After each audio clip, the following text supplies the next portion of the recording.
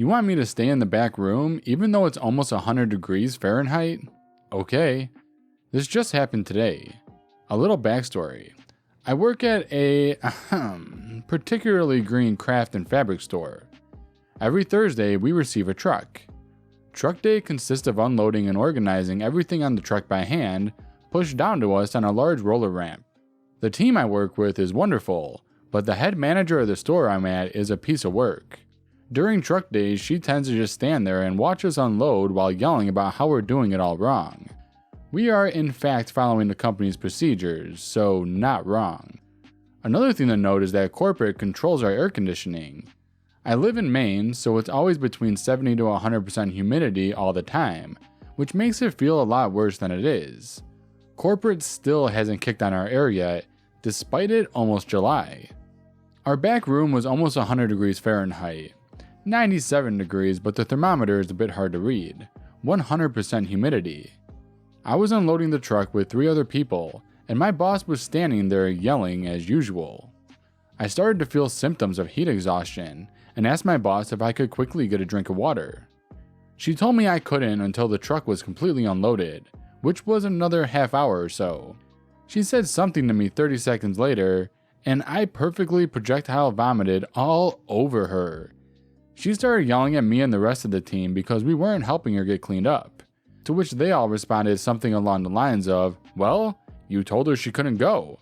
You won't let me get water even though I'm having heat exhaustion? That's cool. I'll just puke on you instead." Want to be selfish? Enjoy your orange hair. I'm a hairstylist. Last Wednesday between clients, I decided to run to the gas station to get an energy drink and was hit by a car coming out of the parking lot. My own car was totaled. The cops came. Both cars were towed from the scene. I texted my next client, apologizing and telling her that due to a serious accident, I would need to reschedule her appointment. She said she needed to get her hair done before the 4th of July. I was standing in the street, looking at my car in pieces, on the phone with insurance, fielding questions from the cops, and still texted the salon owner asking if anyone could take my client today.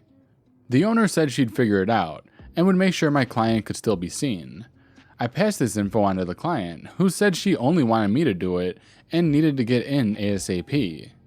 So in the melee, I'm still worried about this client, who is a bad client by the way, and constantly complains about her hair, demands free redos, and only pays about 70% of the typical cost of her services because she managed to manipulate me into that price point when I was a newer stylist. I see in my schedule that I have absolutely no room to fit her in before the 4th, so I walk back to the salon after my car was towed away and just take her anyway. Once I get in, she doesn't ask if I'm okay, doesn't thank me for taking her anyway, but instead launches into a 3-hour-long brag about all the guys who are super into her and how she's dating a business mogul from Newport.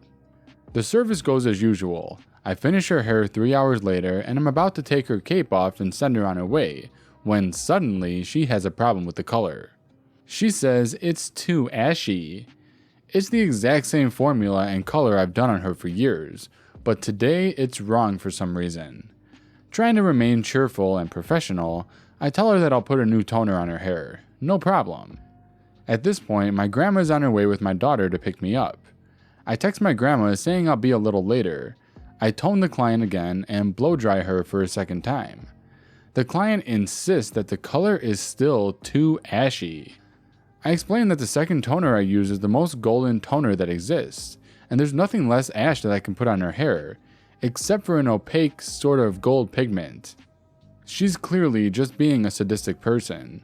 At this point, my grandma comes into the salon and asks if I'm ready to go. My client is looking at her hair and says, "You need to do something else. I can't leave it like this." So my grandma goes back to wait in the car. I decide to use a very, very gold color and tone it again for the 3rd time. She comes back to the chair and her hair is noticeably less ashy because it's practically orange. "I hate this," says the client. "I'm going to dinner with the guy from Newport tonight. I liked it better the first time. You need to do something else. Just do it like you did the first time." "I've done your hair 3 separate times at this point," I say, packing up my stuff. As you know, my grandmother and daughter have been outside waiting for me. Unfortunately, there's nothing I can do since now there's layers of toner on there and a fourth layer will only make it worse. I hope you have a great week. I took her payment, which she scoffed and forcefully handed to me, and I left. It was maybe not my most professional moment, but I've been looking for an escape from that client for years, and it was worth it. Don't leave customers in the middle of their orders while you black out. I worked at McDonald's for a little over 2 years, and the store location is near a stadium. So whenever there are events such as football, rugby, boxing, concerts, we get busy. Now working in a fast food chain, it gets warm quickly. And when it's crowded and warm, I get stressed. I have a tendency to end up blacking out. So this particular day, there's a football match on and the store is getting busy. There are a lot of customers and a lot of staff. We're serving customers and getting orders sorted fairly quickly. I'm in the middle of serving a customer when I can feel myself starting to black out. So I turned to the floor manager and told her what was happening and if I was okay to go and get a drink. She said yeah and took over serving the customers for me. As I'm having my drink, I'm stood behind the ice cream machine because we aren't allowed to drink in front of the customers when the shift manager comes over and tells me not to leave a customer mid-order. So I go back to taking orders and serving customers when I can feel myself blacking out again. Don't leave customers when you're serving them, I think to myself. Okay, and I proceed to pass out. I'm now laying on the floor, causing more issues than if I had just gotten a drink again. There are about 4 managers, including the main boss, all trying to help me. I can hear a customer trying to tell them what to do, too. When I come back around, I'm escorted through the kitchen with a manager to the crew room, and I get to go home early, leaving them even more understaffed and struggling. College printing balance. This is my story from 8 years ago. Like most colleges, the university I went to had a lot of BS fees. Most of these were inevitable, but we also had a printing fee for us to use the printers around the campus. Effectively, we were required to pay $25 at the beginning of each semester and would be deducted for each page we printed, less than a penny per page. Fast forward to my senior year. Before we graduate, we're required to do an exit interview with our financial counselor to understand our balance and repayment plans. That's when I noticed I still had around $90-ish on my printing balance. Obviously, I didn't want to pay for something I didn't use, so I asked how I'll get that money back. Apparently, there's simply no way they could reimburse me, and that I may still need to print paper before graduating. That's when they messed up. Let me rewind a bit. If you were on campus Wi-Fi, you had access to any public printer on the campus at any given time. That means if the library was out of paper, I could print to my dorms and pick it up on the way to my room. Let me reiterate, I could print to any of the 30 plus printers no matter my location. Sure enough, my counselor was right. I did have to print something before graduating. I had to print this over 400 times on each printer simultaneously. Recently learned they have a new printing policy now. You want straight A's? Okay, Mom, I'll get straight A's.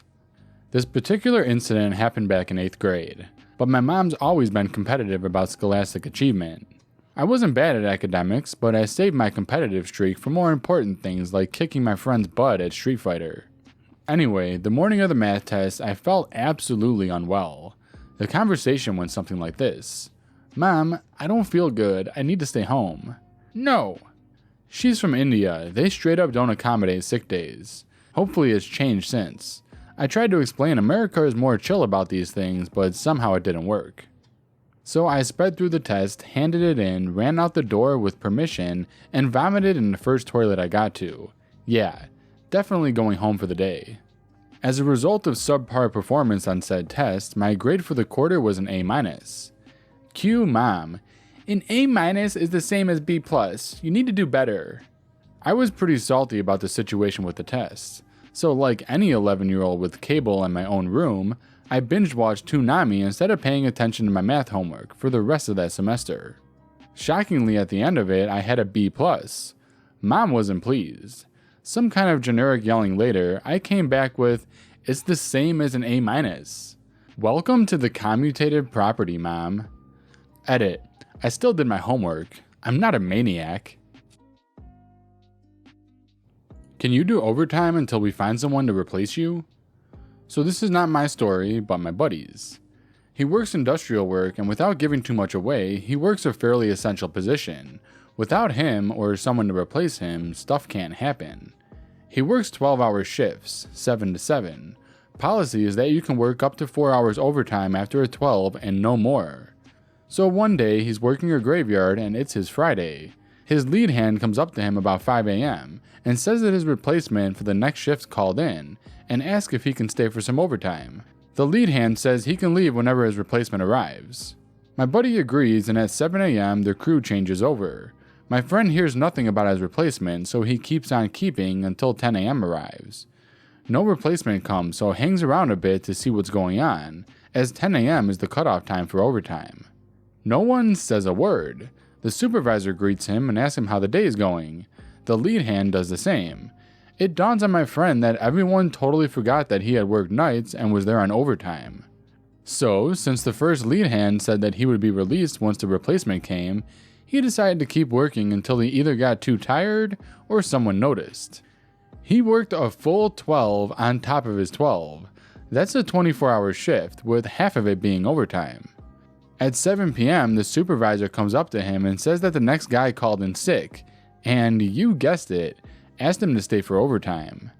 Buddy wished he could have, but he was beat and told the supervisor, "Nah, I just did 24 hours because no one released me," and left.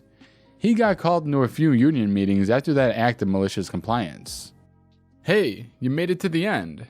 If you enjoyed this video, give it a thumbs up as it helps me out big time. Also, if you're new here, subscribe for daily videos. See you in the next one.